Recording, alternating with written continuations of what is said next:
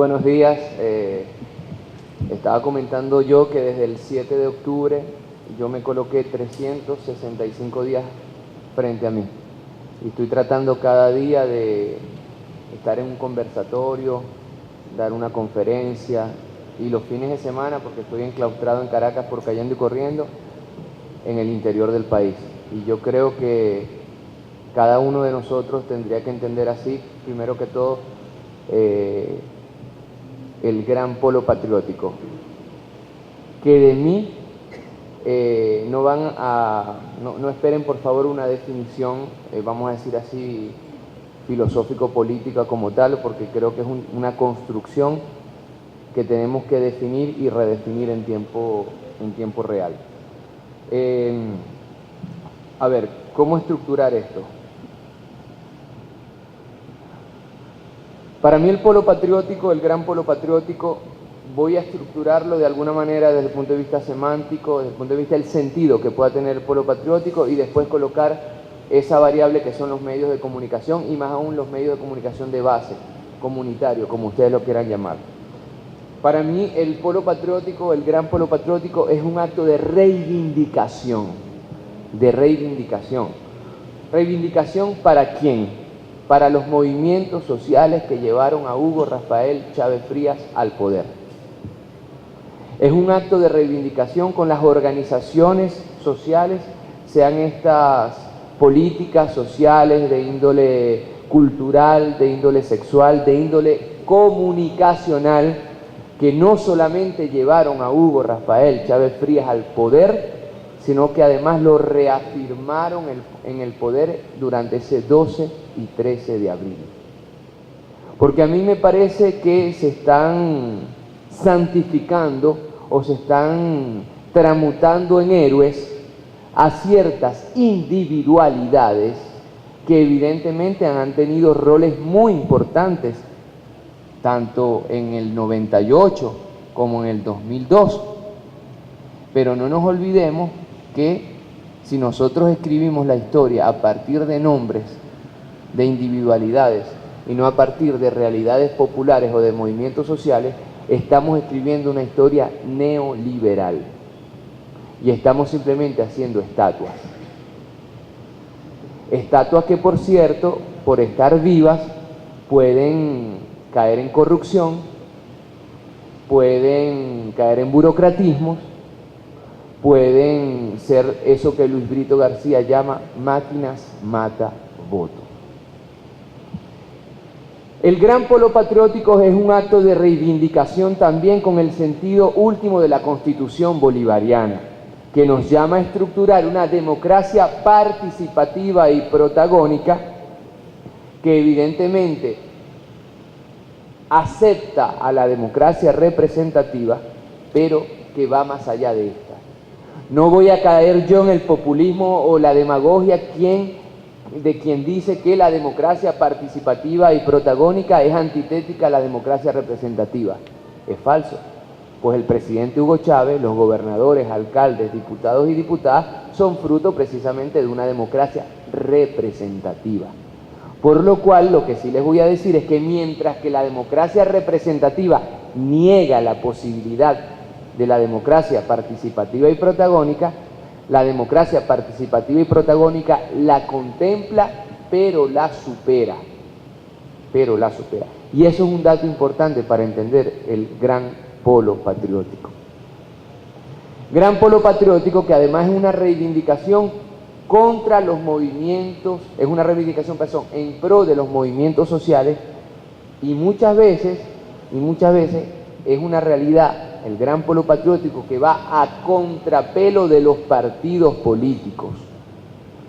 Desgraciadamente, y en esto tenemos que ser autocríticos, por ahí, por el 2008, ser del PSV quería prácticamente decir ser revolucionario. Es decir, se limitó, se circunscribió la realidad revolucionaria a un partido político. Vaya qué error, craso error. Craso error que evidentemente se está remediando a partir de la autocrítica, a partir de las 3 R's, y después las 3 R's al cuadrado, dividido no sé por qué y multiplicado, porque ya yo no entiendo más nada. Lo que sí entiendo es que las 3R fueron secuestradas por aquellos a los cuales nosotros criticábamos. Le quitaron todo el contenido político y ahora lo utilizan como bandera política. Por lo cual yo tengo muchas dudas, o al menos más que dudas, muchos a priori con relación a las 3R al cuadrado dividido por 7 y multiplicado y tal. Gran Polo Patriótico considera, y así lo considero yo mismo, y así se lo plantea el mismo presidente Chávez en la conversación pública que tuvimos a través de Cayendo y Corriendo, debe considerar a los partidos políticos como condición necesaria, pero no suficiente para la vida política y para un evento electoral. No voy a ser yo quien va en estos momentos a decir que de nada sirven los partidos políticos, no. Los partidos políticos tienen una estructura, una maquinaria y una metodología propia que puede hacer sí que nosotros hagamos un buen papel en las diferentes elecciones. Pero, insisto, es condición necesaria, pero no suficiente. Porque es propio de los partidos políticos, y así mismo se lo planteé yo en comunicación telefónica, a Cayendo y Corriendo, al mismo presidente Chávez, es propio de los partidos políticos y es propio en muchos casos del mismo PSV y por qué no del Partido Comunista de Venezuela, que tanto quiero y tanto respeto, establecer una lógica del country club, es decir, una lógica exclusivista. Aquí solamente pueden entrar algunos. En el country club tienen sus características para entrar y muchas veces en ciertos partidos políticos también tienen las suyas. Es decir, establecer una política de la exclusión, del revolucionómetro, aquella maquinita que nadie ha visto pero que muchos utilizan, según la cual se logra medir cuánto uno es revolucionario o no es revolucionario. Una maquinita que, por cierto, al parecer, de la cual se hicieron pocas copias, porque al parecer unos pocos solamente miden quién es reformista, boliburgués o simplemente burgués, y en algunos casos hasta intelectual, porque resulta que a la maquinita no le gusta mucho el pensamiento ni la intelectualidad. Y según esa maquinita, y díganme ustedes si no hemos escuchado esta frase, yo no soy hombre de pensamiento, yo soy hombre de acción, como si se pudiese accionar sin pensar. Planteo yo pues en el Gran Polo Patriótico eso que he querido llamar una política del erotismo, en el sentido etimológico de la palabra, del eros. Nosotros no podemos escoger el camino más largo, que es la democracia participativa y protagónica, y al mismo tiempo ser exclusivistas, al mismo tiempo excluir a aquellos que no son como uno quisiera que fuese. Y aparecen entonces articulistas en el diario Vea que dicen cómo ser revolucionarios, y aparecen entonces directivos del PSV que nos dicen cómo hay que sentarse o vestirse o hablar. O aparecen todos aquellos que nosotros ya reconocemos porque robóticamente dicen rodilla en tierra, punta de lanza, contrapelo, venceremos. Es decir, eso que los latinos llamaban flatus vocis, palabras que son vientos sin ningún tipo de contenido.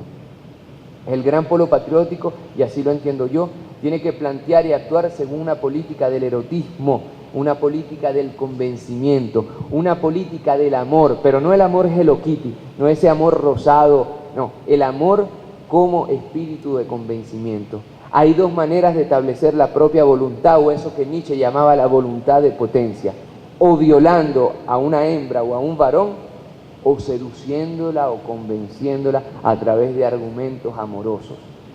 Es muy fácil establecer, como se hizo en el gobierno de Pinochet, las políticas neoliberales de Friedman, ese que ganó el Premio Nobel de Economía y que creó los Chicago Boys, estableciendo a sangre y fuego las políticas neoliberales.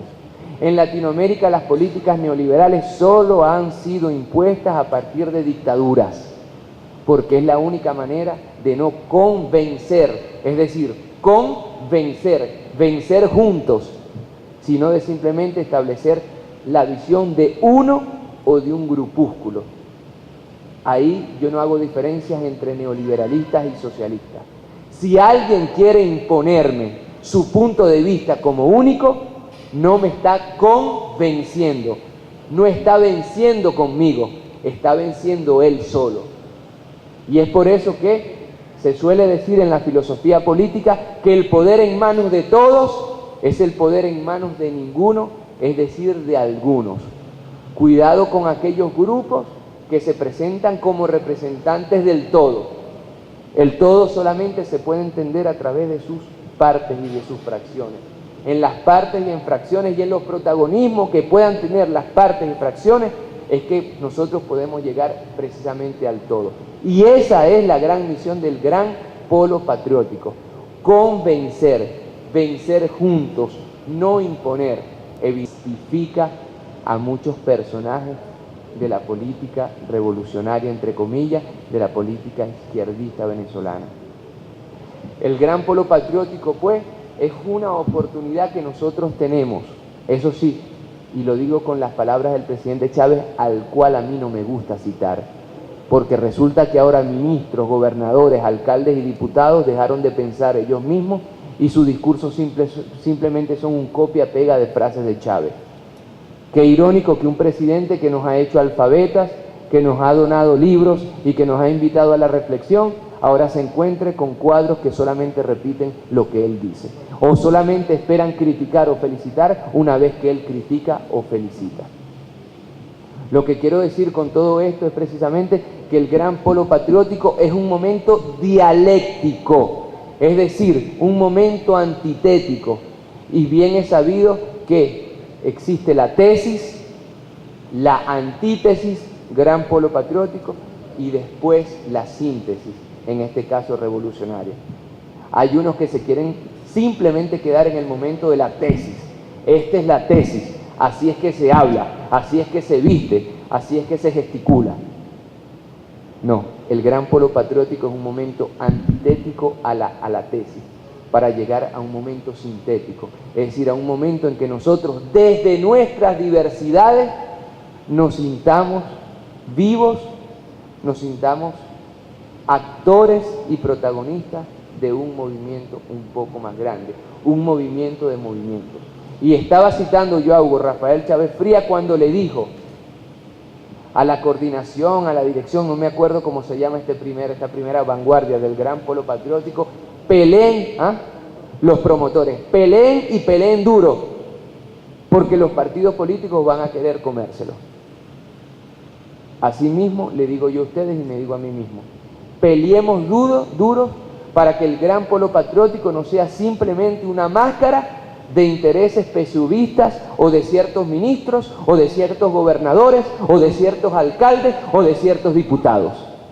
Peleemos y seamos testarudos para que el gran polo patriótico sea realmente la oportunidad de practicar la democracia participativa y protagónica, y sobre todo, y esto que quede bien claro, que el gran polo patriótico no sea única y exclusivamente una metodología o una táctica y estrategia electoral, porque ahí estamos fritos.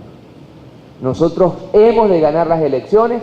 El presidente Chávez llegará hoy en buen estado de salud a este país, pero solamente continuaremos en esta tarea maratónica que no termina el 7 de octubre, si el 8 de octubre sigue existiendo el gran polo patriótico como elemento de diversidad. No si el 8 de octubre, una vez que el gran polo patriótico cumplió su deber, regresará a la lógica partidista y cogollerística.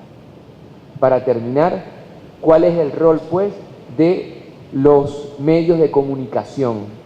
La lucha por la independencia continúa.